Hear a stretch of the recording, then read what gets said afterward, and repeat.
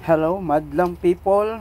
Welcome kayo sa ating content for today. Ang content natin ay gagamit tayo ng tatlong indicator sa pagtitrade natin. Okay, so una, ito yung ating exchange.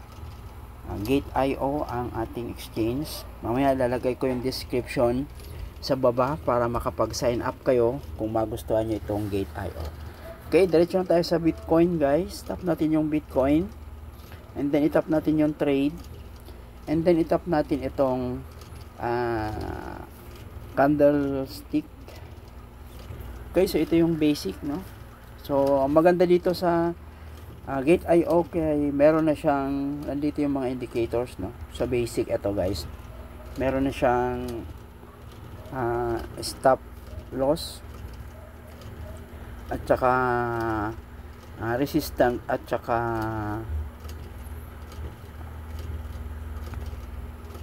meron siyang support and resistance level, no? So SRL, no? Support and resistance level, no?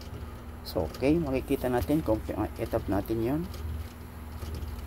yung support and resistance level. Ayan. So makikita natin yung kanyang support and resistance level. So nasaan yung kanyang support, yung kulay pink, and then yung kanyang resistant, yung kulay orange. Okay, so sa Bitcoin yan at sa 1 day na time frame. Pero ang gagawin natin, guys, itap natin itong settings. Tap natin yung settings. Pagkatapos ay itap natin itong more. Ayan, tapos itap natin itong chart type. Tap natin yan. Pagkatapos ay itap natin yung trading view. Okay, trading view. Yan, so mas maganda kung gagamitin natin ang trading view. Ngayon, ilalagay na natin yung tatlong indicator na ginagamit ko sa pag-trade. So para makapaglagay ng indicator ay itap itong indicators. Then lagay natin Bollinger Bands. Ayan, select natin yung Bollinger Bands nasa baba.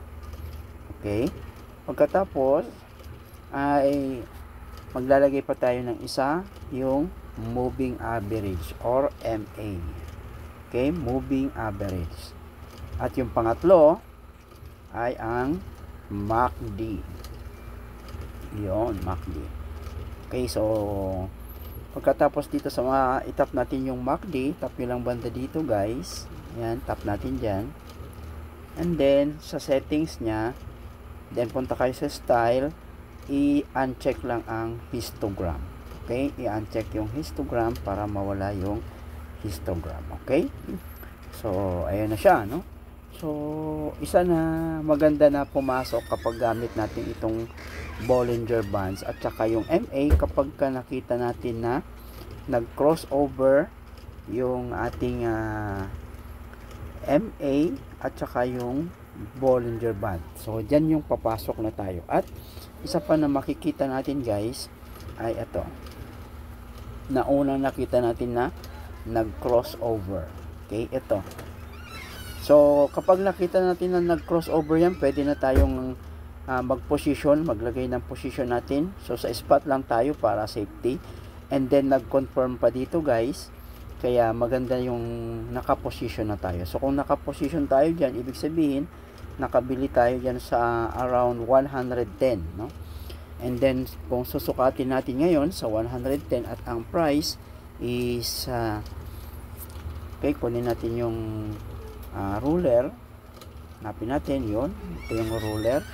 And then itap natin, lagay natin doon sa kung saan tayo nakabili banda, dito sa 110 na price. And then nasa 117. So kumita na tayo dapat ng 6%, guys. Ito na yung ating profit, no? 6%. So kunyari nakapag trade ka ng $100, let's say punta tayo sa calculator.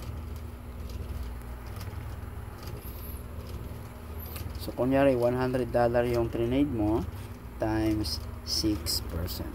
So, meron kang $6 equals times 57, let's say 57 ang bentahan, o meron kang 342. Okay, so ganun lang yun guys, no? So, tandaan nyo, ito lang yung isa na basic na ginagamit ko sa pagtitrade. Bollinger Band, moving average, at saka MACD, no? So, kung nakita nyo, wala na tayong binago dyan, no? So, kung yung gusto nyo baguhin yung mga color, pwede nyo baguhin. Pero yan, okay na ako sa ganyan. So, dito, nakita ko na nag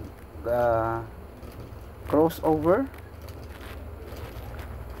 Papasok na ako yan. Then, nagkaroon pa ng confirmation na nag-crossover dyan ay maganda na talaga yung pasok. So, okay yan. So, sa spot naman yan.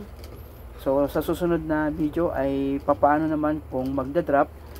Yun naman yung aking isusunod na i-content kung ano ang gagawin natin kapag kunyari ay nakabili tayo dito nag-drop dito. So, paano na? Anong gagawin? So, yan yung i-content ko sa susunod. Kaya kung gusto mong malaman kung ano ang gagawin na kung nakabili ka sa taas at nag-drop, ano ang gagawin natin sa ating trading. Kaya subscribe mo na ito, i-like mo na at i-share din para makatulong ka sa paglago ng aking YouTube channel at o kaya ang aking Facebook sa ating page. Maraming salamat, madlang people sa panonood.